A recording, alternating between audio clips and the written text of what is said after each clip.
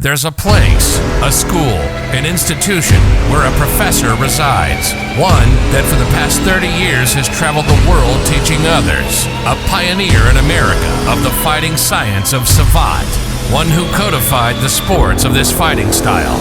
One who has produced clubs, champions, and continues to develop. Listen to words of Professor Buitron.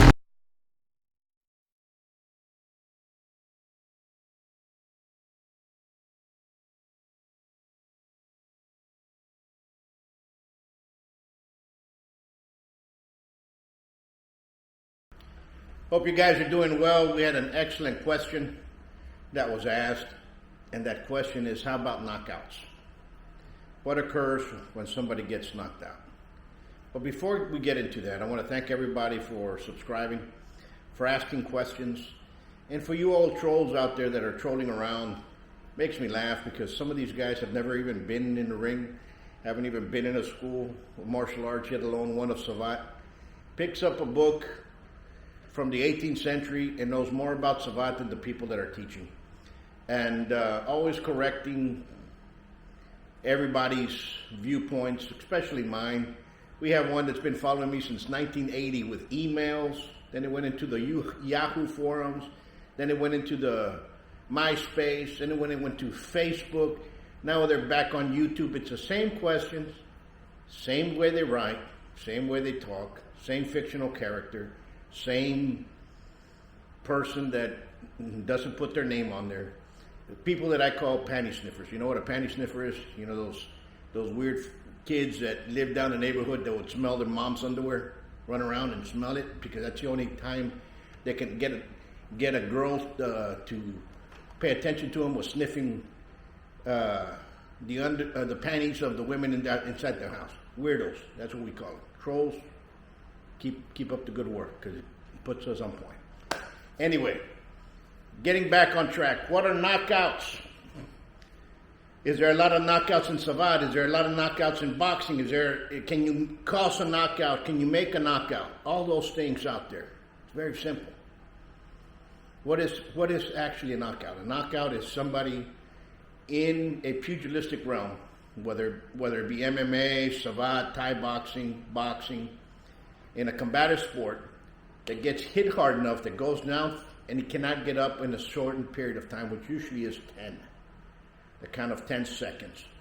Either it's because of too much pain, they're unconscious, they're not calibrating themselves right.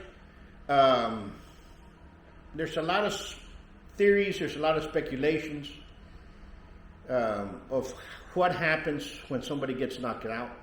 Somebody says you can actually do combinations to look for a knockout. Others say a knockout is an accident. You just have to throw punches.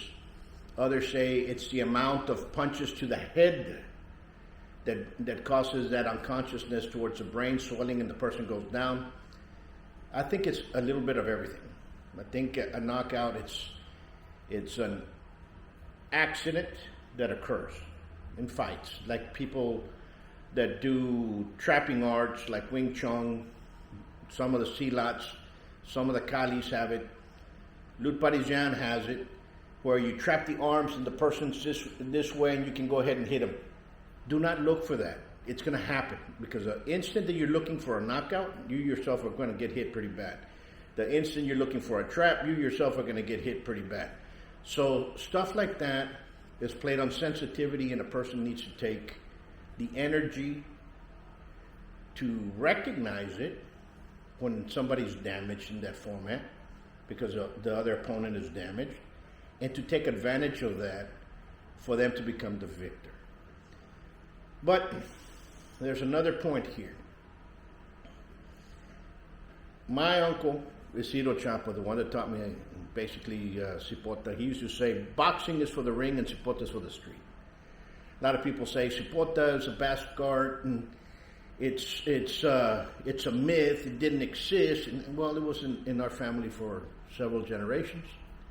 I'm 6th generation Texan. We've been here. Want to find out what Cipota is, come over, we'll teach you. It's within the system of Danse Savate. It's within the elements. Is it a myth? It's not. Actually, cipota is a literal term of Savate in Basque. True. Okay? That's what we called it. That's what it is. People like it, fine. People don't like it, fine. To me, it doesn't matter. See, but what is their commonalities of what I'm trying to get at? My uncle taught me that there were balanced meridians in the body. We had 5. We have one that crosses the ear. Those that are in Danse with Savate would recognize it. The first one's primary, right underneath the arms, and we extend it secondary, right above the pelvic bones, pelvic-torial. The knees, inferior. And then we have minor, which is the ankles. These, and that controls our balance. Of course, we have a center line right down the middle. So if we get an impact on one of those balanced meridians, we're going to jar our balance. But when you make the balanced meridian, one side goes this way and the other side goes that way, the person's going to get knocked out. I have seen this type of work, these type of techniques. I have seen it in Savate. I've seen it with Professor Sylvain Salvani, who taught us all lutte parisienne.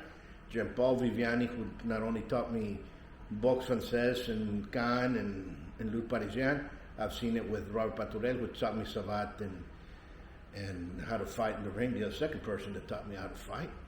And I've seen it in Silat, okay, with certain Silat players, like Uncle Bill de Tours, where the opposites attract and the person goes down, they collapse them.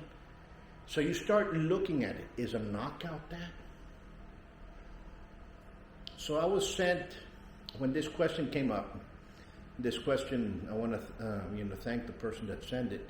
Thank you, because we're getting to all the questions. Some of them are pretty intense, and we do a little bit of research, and some of it with our experience. And what I'm getting at, what is a knockout? I've been noticing a trend. You can't really see it in the Savate realm, because in Savate realm there's not many knockouts there, so you have to get the knockouts that are around now. And I'm going to start showing you all the pictures of where it is and where I'm telling you how it is. Remember, we have to go back into structure, fighting structure. If we have our feet parallel, here's our heels. Okay? All the knockouts that I've seen, the heels were in line with each other. The pelvic was in line with each other, and the shoulders were in line with each other.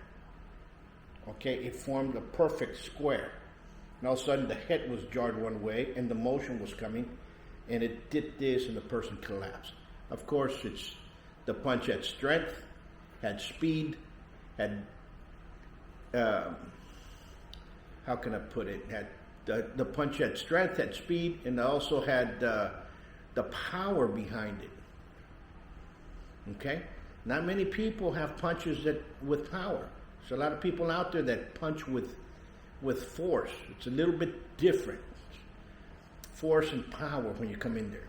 Okay, I'm forcing something in there. It's not really going to happen. Power is when all the emotions, everything, you just put out and the person just drops.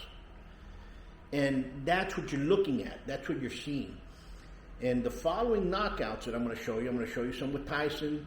I'm going to show you when Pacquiao got knocked out by Marquez, I believe. Several of the other ones. That foot placement was there. Heel to heel. Pelvic bone, shoulders are square. And unfortunately, I think it has to do also with the alignment of the body. So when everything comes together in one, it takes you, it's a lot easier to shock the brain on the inside to bring it out, instead of actually having a standard stance. You know, here's my heel, here's my toes, and they're in line with each other. That's a structured stance, whether it's boxing or Kempo, what have you. Kempo calls a neutral bow. We call it a fighting stance. And then there's the fencing stance. You have this, right? Understand? Where the heel and the opposite still line up together. people don't fight in that positioning except when it's in the deliverance of power and speed. That's the end mark. Understand what I'm saying? It's not something that they're going to be in all the time. So what I'm noticing in these knockouts, it's side by side. So take a picture here. Take a look at the pictures. I'm going to put up side by one that has everything in line, and the other one that has no line where I'm showing you where everything's in line. Okay, one of them is going to be marked, the other one's not going to be marked. And I want you all to kind of ponder on that idea. I think it's everything together in one. I think if you have a bad structure, it catches you in the middle of a stance in the transitional movement, because all these people are professional fighters. You make that one certain mistake, the other one's coming in, he's coming in with that, and it just happens. I think it's accidental, as per se, and it's not something that is looked for. So if you're training out there and you're training in Savate and boxing and Thai boxing and everything, and you want to force a knockout, be careful, because the knockout will be forced on you. All right? Understand that.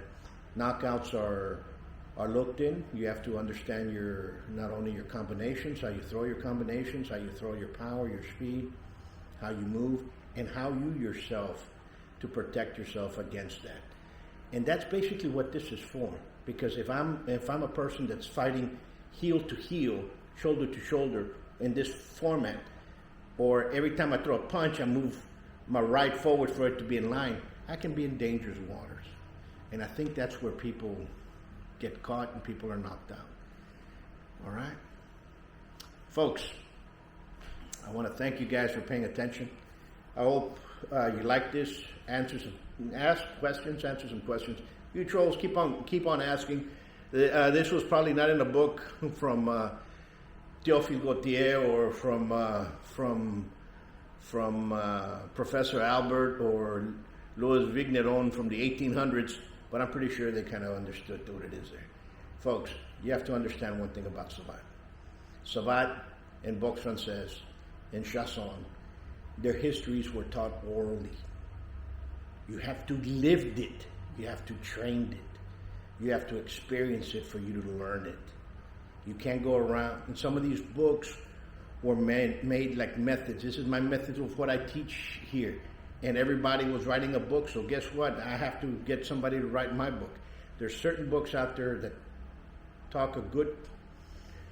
that explain a lot of good stuff, like Professor Paul Brocher, who was the last Olympic trainer for Savate, or Boxe Française, which went to the Olympics during Hitler's regime in Berlin, okay? So Savate was at one time, or Boxe Française actually, was at one time an Olympic sport, not Savate, Boxe Française. And yes, there was a difference between Savate, Chasson, and Boxe Française. What you see now, what you see in the sport, what you see being promoted inside France and everything else is Boxe Française Savate, the sport that came after the merger of the two federations in 1978. That's very well documented. A lot of people lived through it. We're prodigies of that. We're products of that, actually. Okay, out of what happened through there. Because number one, I'm a product of INSEPT, and we'll talk about that and other things. Again, if you like it, share it, ask questions. Email. Here's my email: buitronacademy2012@gmail.com. And trolls, keep doing what you're doing. You give me energy. Till next time, peace.